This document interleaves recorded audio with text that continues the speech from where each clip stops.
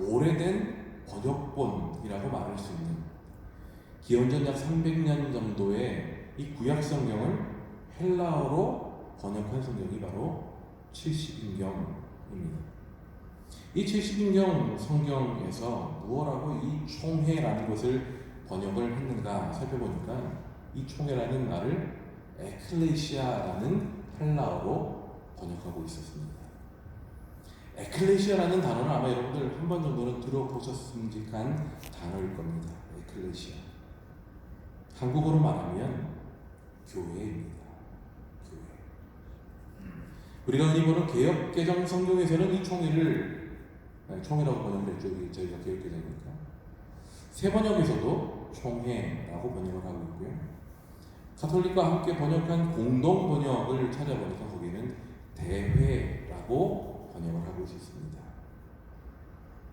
한국어로 총회라고 번역했기 때문에 조금 모호한 개념이 되었지만, 히브리어로 카할 아도니아, 다시 말해 여호와의 총회, 그리고 70인년에는 그것을 주님의 교회라고 번역하면서 우리에게 익숙한 교회 공동체, 그리고 교회를 통해 우리가 이렇게 모여서 드려지는 예배나 집회, 이런 것들을 연상해 볼 수 있는 것이 바로 이 여호와의 총회가 아닐까라는 그런 짐작을 해 볼 수 있습니다. 이를 두고 한국의 장신대 구약학 명예교수인 강삼은 교수란 분이 자신의 책인 구약의 하나님이라는 책에서 이렇게 그 부분을 설명하고 있었습니다. 여호와의 총회는 하나님의 백성으로 살아가기 위해 하나님 앞에 모인 사람들의 모임이다. 또는 하나님이 명하신 절기에 참석한 하나님 백성들의 모임이다. 또는 성경을 낭독하는 어떠한 공식적인 자리에 참석한 자들의 모임이 바로 여호와의 총회다. 그렇게 설명을 하고 있더군요.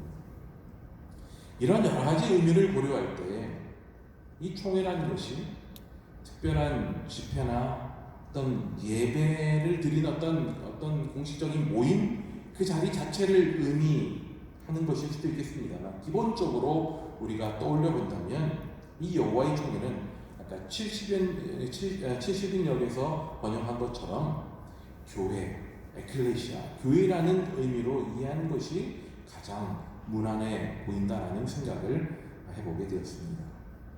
이 여호와의 총회를 그런 개념을 가지고 한번 살펴보시면 이해가 좀 더 잘 되고 직접적으로 우리하고 연결이 될 거라 생각이 듭니다. 자, 이러한 여호와의 총회, 오늘날은 교회이지만 당시에는 하나님의 백성, 언약 공동체로서의 이스라엘 민족 전체를 의미하는 것이었고요. 동시에 전적으로 그 총회에 참여할 수 없는 대상 또한 있다라는 사실을 오늘 본문에서 분명하게 언급하고 있습니다.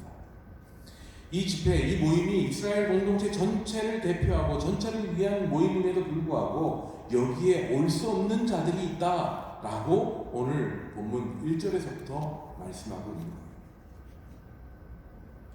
자, 그 참여할 수 없는 대상, 그 이유를 통해서 여호와의 총회를 통해 하나님께서 세우시고자 하셨던 이 공동체가 과연 어떠한 의미를 가지고 있는 공동체인가, 무엇을 간과하면 안 되는가라는 것을 아마도 가르쳐 주시기 위함이 아닐까라는 생각을 해보게 됩니다. 더불어서 그 의미는 오늘날 우리 교회 가운데 또한 무엇을 말씀해 주시는지를 미루어 짐작해 볼 수 있다라는 차원에서 우리가 한번 이 말씀을 살펴보면 좋을 것 같습니다. 오늘 본문을 보면 여호와의 총회에 들어올 수 없는 대상을 크게 세 가지 부류로 설명하고 있습니다. 고안이 상한 자, 음경이 잘린 자, 즉 고자된 자, 이 첫 번째 부류고요. 두 번째 부류는 사생자, 사생아라고 말할 수 있겠죠. 사생자.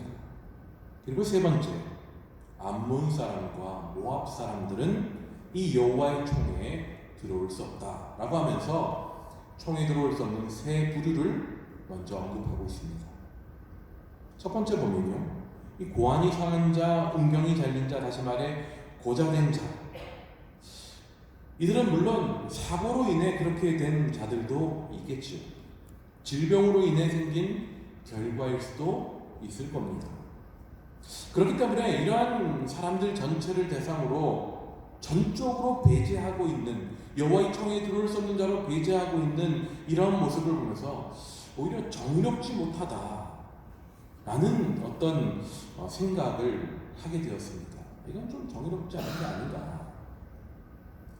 그런데 이 본문에서 나오는 이 금기사항은 오히려 인간의 자발적인 훼손의 방점이 있다는 것을 우리는 주목해야 될 것입니다. 자꾸 사고로 인해서, 질병으로 인해서 그런 자들에 대한 어떤 정의롭지 못한 모습으로 우리가 자꾸 보다 보면 이 말씀을 통해 하나님이 주려고 했던 핵심 의미를 놓치게 된다는 거죠. 여기서의 핵심은 자신의 자발적인 결정과 이유를 가지고 스스로 훼손한 자에 대한 배제의 말씀이라는 것입니다. 흔히 거세라고 말하기도 하겠죠. 이 거세는 고대 근동 문화에서 종교적인 이유로 시행되어 왔습니다. 때로는 특정 관직을 위해서 시행되어지기도 했고요. 하나님이 이러한 이들을 여호와의 총회에 들어오지 못하게 하시면은 하나님의 창조 섭리 속에 세워놓으셨던, 하나님 원래 만들어 놓으신 인간의 어떤 원형, 인간 창조의 온전함, 그 창조 속에 담겨진 하나님의 계획을 훼손한다고 보는 것에 대한 분명한 선긋기의 의미라고 우리는 볼 필요가 있다는 것이죠. 하나님께서 우리 모두를 창조하실 때 어떤 것 하나 온전한 것이 아닌 것이 없도록 그렇게 만들어 주셨건만, 인간의 목적과 인간의 어떤 이기심과 인간의 어떤 그런 생각으로 말미암아 그것을 훼손하는 모습들에 대해서 하나님께서는 일종의 어떤 선긋기를 시도하고 계시는 겁니다. 특히 자발적으로 거세한 자들의 경우엔 하나님께서 전적으로 거부했던 다른 이방 종교에서 벌어지는 어떤 의식의 결과인 경우가 그 당시에 많았기 때문에 하나님께서는 그 자발적 거세를 전적으로 배제하심으로 여호와의 총회에 들어오지 못하게 하셨다는 거죠. 두 번째 부류로 사생자를 언급하고 있습니다. 히브리어로 맘제르라는 단어예요. 저도 이걸 말씀을 공부하면서 처음 봤는데, 맘제르라는 히브리어 단어로 이 사생자라는 표현을 했는데, 영어 번역본을 제가 보니까 이 사생자라는 표현이 하나의 단어가 아니라 이 사생자의 뜻으로 표현하고 있더라고요. 이 사생자가 무슨 의미입니까? 무슨 의미입니까? 법적으로 온전치 않은 관계 속에서 태어난 그러한 사람을 사생자라고 얘기하죠. 부부가 아닌 남녀 사이에 태어난 그러한 자들입니다. 또는 근친상간이나 금지된 관계에서 태어난 그러한 아이, 그들이 바로 사생자인 것이죠. 사생자 그 스스로가 무슨 잘못이겠습니까? 분명한 건 맘제르가 의미하는 바대로 사생아가 태어나게 된 과정 자체가 하나님이 원하시지 않으시는 방법이기 때문이라는 것이죠. 하나님의 정함을 거역하는 인간의 이기심의 결과라는 것입니다. 그러하게 이들 또한 여호와의 총회에 들어오지 못하게 하신 겁니다. 세 번째, 특정한 외국인들 또한 여호와의 총회에 들어오지 못하게 했죠. 그들은 바로 모압 족속과 암몬 족속이었습니다. 그렇다고 모든 외국인을 배제한 것은 아닌 것이 분명합니다. 왜냐하면 오늘 본문 뒷부분에 나오는 에돔 족속과 애굽 족속 같은 경우에는 3대, 자손 3대가 지나면 그들이 들어올 수 있게 허용하시고 미워하지 말라라고까지 말씀하셨다는 점에서 외국인들은 철저하게 배제한 여호와의 정의가 아니다라는 겁니다. 배제하신 외국인들은 모압과 암몬이었어요. 이들에 대해서는 10대 이후에, 자손들이 10대가 지나간 이후에도 모든 자손도, 어떤 누구도 그 자손의 사람들은 총에 들어올 수 없다라고 못을 박으십니다. 영구적으로 금지시킨 거죠. 다시 말해 원천적으로 배제한 겁니다. 이러한 배제는 두 나라가 생기게 된 일들로 거슬러 올라가면 미로 짐작이 가능합니다. 이 두 민족이 어떻게 생겨나게 되었습니까? 롯이라는 사람이 있지 않았습니까? 롯이 이제 소돔에서 빠져나와서 소월에 숨어 지내는 과정 가운데 두 딸과 함께 그 두 딸 사이에서 나온 자녀, 그들이 바로 모압이라는 아들과 베람미라는 아들이었죠.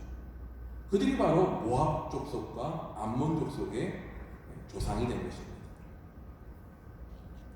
이러한 역사가 아마도 암몬과 모압을 여호와의 총회의 출입을 배제시킨 이유가 아닐까라고 추측을 해볼 수 있겠습니다. 근데 동시에 어찌 보면 그 당시 신명기 이 말씀이 이스라엘 백성들에게 전해질 당시에 가장 가까운 어떤 역사적인 사건들이 또한 어찌 보면 더 큰 이유일 수도 있겠죠. 여러분들이 아시겠지만 당대의 역사 속에서 출애굽 과정 가운데 가나안으로 오는 과정 속에 이 암몬 족속이 도움이 필요한 상황 가운데 이스라엘 백성들에게 도움을 주지 않았던 그러한 사건이 있었습니다. 모압 족속은 또한 어떤 일이 있었습니까? 발람을 통해 이스라엘 백성들을 저주하게끔 했던 일이 있었죠.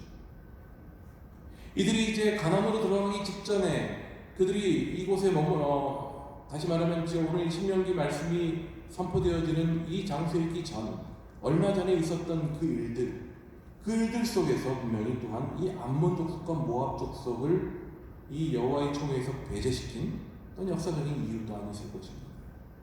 여러 가지 것들을 추론해 볼 때 분명히 모압 족속과 암몬 족속은 그들이 여호와의 총회에 들어오고 그 부류에 같이 있음을 통해서 어떤 국가적인 부분이나 종교적인 측면에 있어서 이들에게, 이스라엘 백성들에게 좋지 못한 영향력을 미칠 것이 분명하게 이 암몬 족속과 모압 족속을 여호와의 총회에서 배제하게 했다라고 우리는 이해할 수 있을 것입니다. 자, 이처럼 여호와의 총회는 하나님의 허락하신 자들을 향해서는 은혜의 자리였지만 배제하는 대상을 분명히 함을 통해서 여호와의 총회가 가져야 될 분명한 기준이, 그리고 그 의미가 무엇인지를 하나님은 이스라엘 백성들에게 분명하게 가르치시고자 하셨습니다. 합당치 않은 타민족이 들어오지 못하게 하셨고, 부정한 자들 또한 금지시켰습니다. 무엇이 있습니까?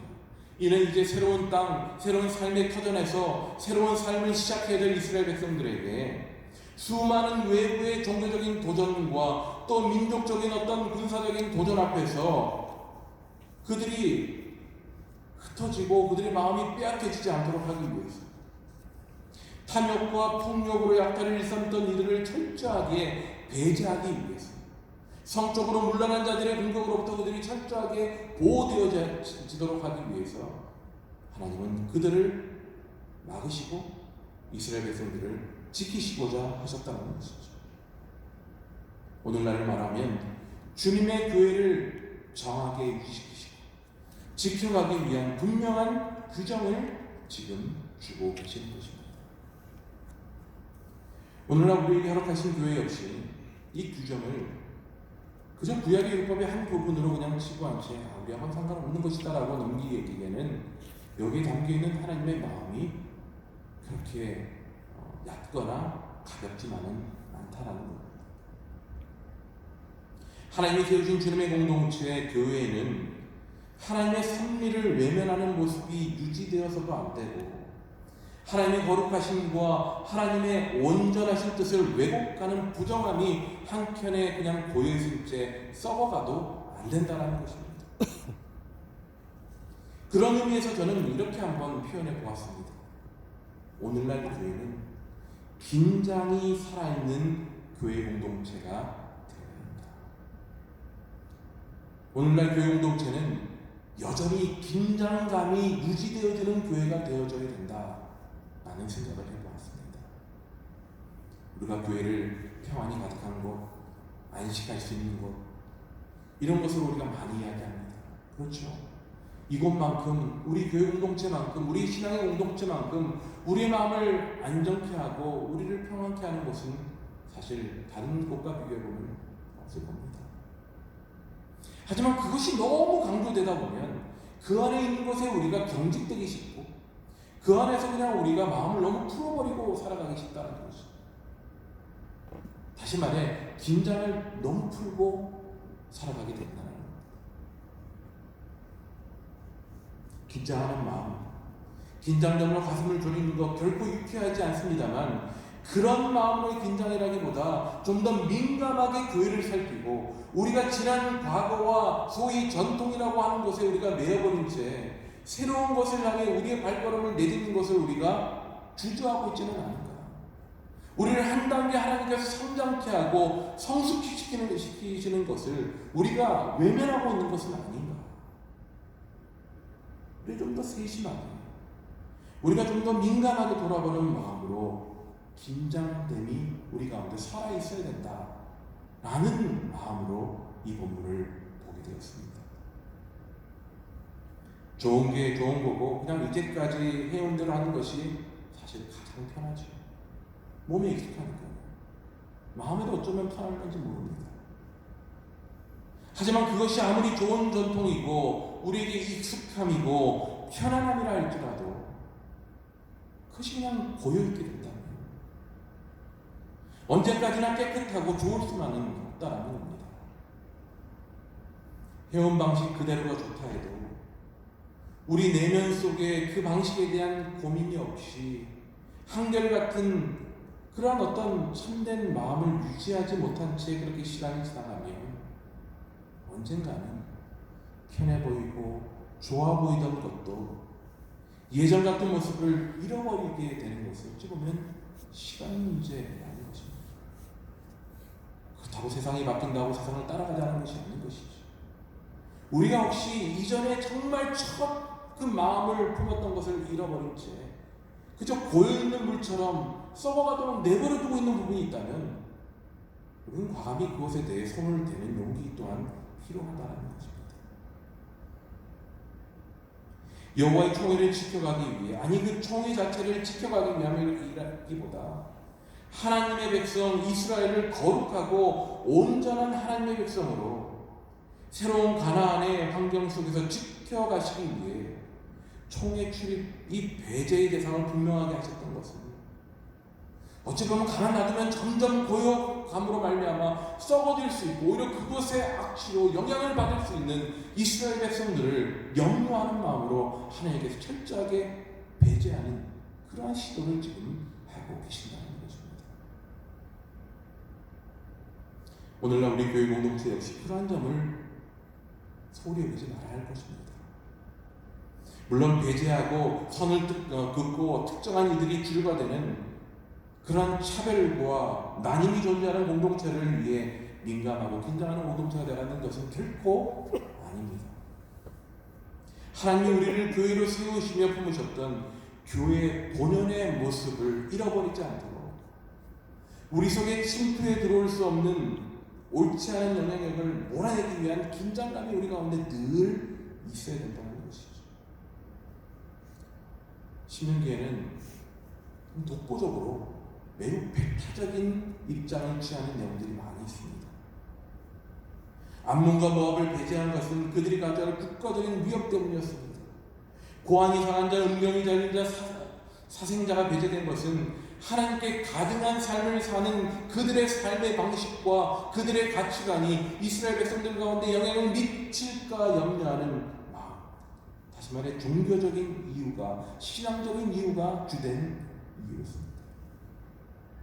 결국 배타적인 모습은 그러한 국가적인 위협, 신앙적인 위협을 분명하게 막아가기 위한 확고한 긴장감을 가지도록 하신 불가피한 결정이었다는 것입니다. 이러한 내용들을 통해 이스라엘 백성들은 그냥 일방적인 배제의 삶이 아니라 어떻게 하면 그들이 하나님께 구별된 존재로 살아갈 것인가 긴장하며 하나님 말씀에 순종함으로 배제하려는 열심 있는 노력들, 그런 것들이 아마 계속 살아있어야겠다는 것이죠. 하나님은 그것을 지켜가게끔 이러한 말씀을 주신 것입니다.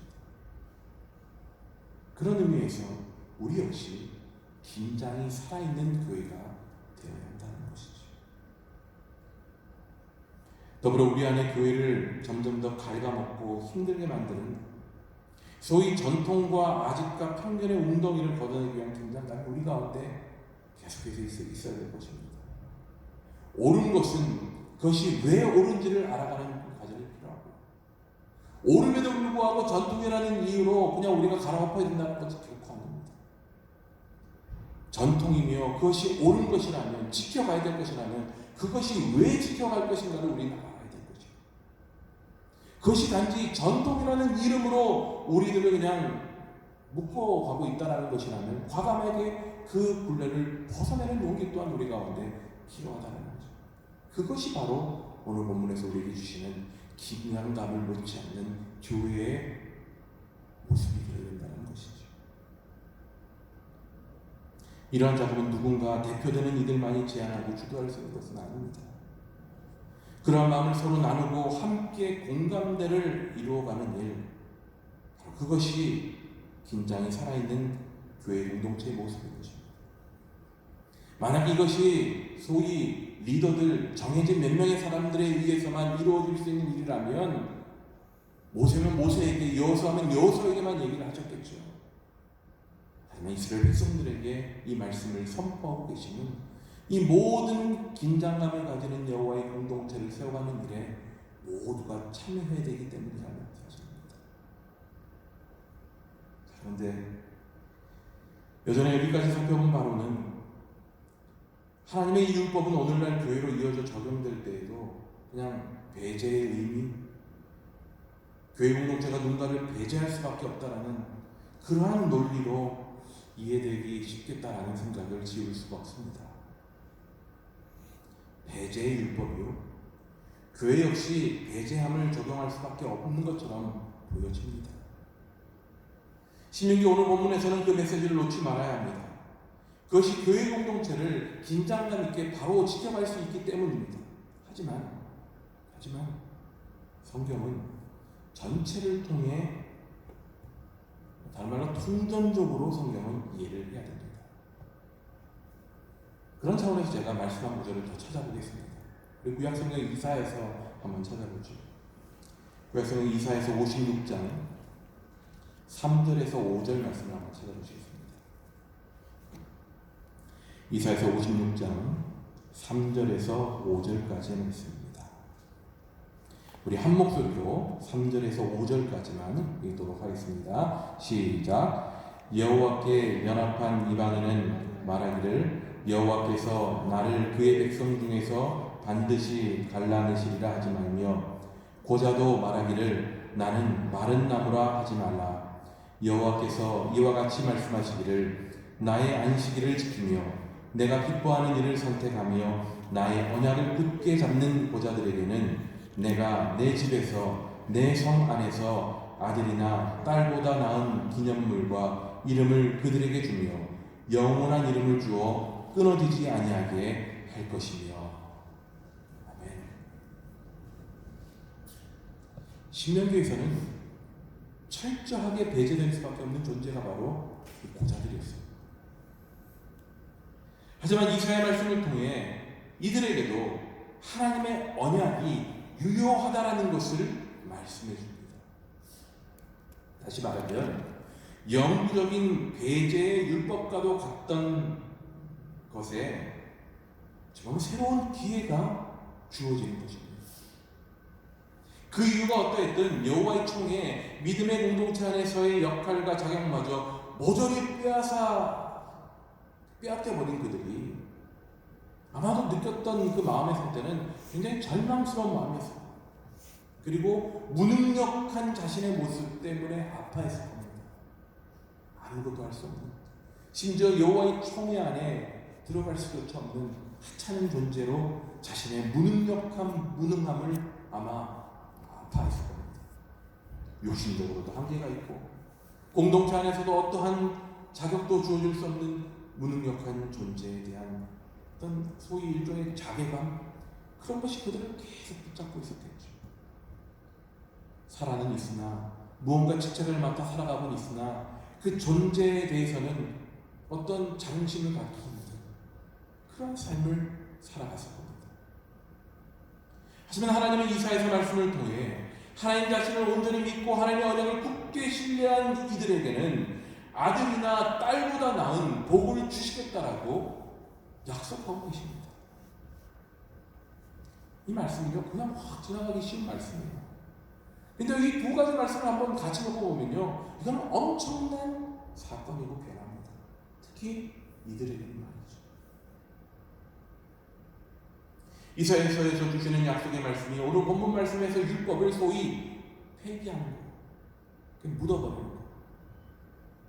그리고 다시 하나님 뜻이 무엇인지, 하나님 당신의 섭리를 새로운 약속에 어떻게 담으셨는지를 보여주고 약속하고 계십니다. 오늘 본문을 통해 거룩한 긴장이 살아있는 교회 공동체가 되어야 된다는 것을 말씀해 주신 것 동시에 이사야서 말씀을 통해 하나님이 펼치시는 새로운 가능성의 약속을 통해서 그 공동체가 앞으로 어떤 모습을 가져야 되는지를 우리가 추가적으로 생각해 볼 수 있다는 겁니다. 우리는 그 두 가지를 놓치지 말아야 하는 것입니다. 이사야서 말씀을 통해 배제되던 사람들까지 참여하는 그 이스라엘의 공동체, 하나님의 은혜가 더욱 넓게 세워가는 공동체 또한 우리는 볼 수 있어야 되는 것입니다. 긴장감으로 하나님의 거룩한 공동체를 지켜가는 것에 힘써야 되는 공동체가 된다 동시에 어떻게 하면 하나님의 은혜가 펼쳐지는 큰 그러한 어떤 울타리 없는 그런 공동체가 또한 될 수 있을 것인가, 이 두 가지를 우리는 함께 교회는 품어야 된다는 거죠. 폐쇄적이고 자기만 지켜가기 위한 공동체가 되어서는 안 되는 것이죠. 영적인 민감함으로 서일 때 어떻게든 포용하고 사랑으로 함께하는 공동체가 되는 것이 바로 이 신명기 율법과 이사야서의 말씀을 통해 새롭게 주시는 하나님의 약속의 말씀에 조화로운 그 모습을 이어가는 오늘날의 여호와의 종의 우리 교회의 공동체의 모습이 되어야 하는 것입니다. 사도행전 8장을 보면 에도피아 여왕 간다게의 내시를 만난 빌립의 이야기가 나오죠. 이걸 두고 소위 거룩한 유머라고 부르는 분이 계시더라고요. 에도피아 내시가 말씀을 읽습니다. 다시 말하면 에도피아 내시니까 이제 고자예요. 이사야서 말씀을 보고 있는 거예요. 이사야서 말씀이 물론 깁니다. 근데 무슨 말씀을 읽으면서 해석을 어떻게 해야 될까 고민하면서 해석해 줄 사람을 찾을까 하는 이 장면을 보면서 혹자는 아마도 이 내시는 이사야서 56장 이 말씀을 보면서 고민하고 어떻게 해석해야 될까 고민하고 있었을 것이다. 앞선 여러 신명기의 말씀, 이 말씀과 배치되어진 이 말씀을 두고 어떻게 해석해야 될까 두렵고 떨리는 마음으로 있었고, 그래서 빌립을 만났다라고 얘기하면서 이 장면을 두고 거룩한 유머다라고 그렇게 표현을 하더라고요. 분명한 것, 하나님은 신명기 23장의 율법을 스스로 뛰어넘으셨습니다. 배제의 울타리에 스스로 갇히지 않으시고 받아들이고 함께하는 포용과 사랑의 배려를 펼치시기로 하셨다는 거죠.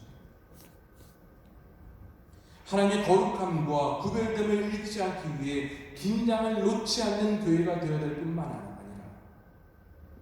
배제를 넘어 포용의 은혜를 선포하신 하나님의 뜻을 따라 서로를 놓치지 않기 위해 최선을 다하는 포용과 사랑의 교회 공동체가 되어야 한다는 것을 우리들에게 말씀해 주시는 겁니다. 오늘 주시는 이 말씀 속에서 우리는 가나안에 정착할 이스라엘만이 아닌 우리 교회 공동체가 품어야 될 중요한 가치를 우리는 오늘도 배우게 됩니다. 그 가르침을 통해 모든 일에 하나님의 받은 뜻을 놓치지 않게 되기를, 그리고 익숙하고 편안한 것에 빠져서 스스로 게으른 교회가 되지 않도록 긴장을 놓지 않는 그런 교회가 되기를 간절히 소원합니다. 더불어서 어느 누구 하나 정해놓은 기준과 스스로의 잣대와 소위 신학이라 부르는 것을 통해서라도 누군가를 판단하고 누군가를 정죄하고 누군가를 나의 반대편에 놓아버리는 것을 통해 배제하고 멀리해서 떠나버리게 하는 일들은 더 이상 없도록 포용하고 안아주는 노력이 또한 우리 공동체 가운데 있어야 될 것입니다. 이 두 가지가 살아있을 때 우리 교회 공동체는 하나님의 진정한 공동체가 되는 것이고 하나님의 그 포용과 사랑의 은혜를 누릴 수 있는 교회가 될 수 있는 것입니다. 앞으로 우리 교회 공동체가 그러한 은혜를 풍성하게 누리게 되길 바랍니다. 이 말씀 낯설고 어색한 부분입니다만 이 말씀 속에 담긴 이 진리를 기억하시고 그런 교회를 세워가는 데 힘쓰시는 저와 여러분 모두가 되시기를 간절히 소원하고 축복합니다.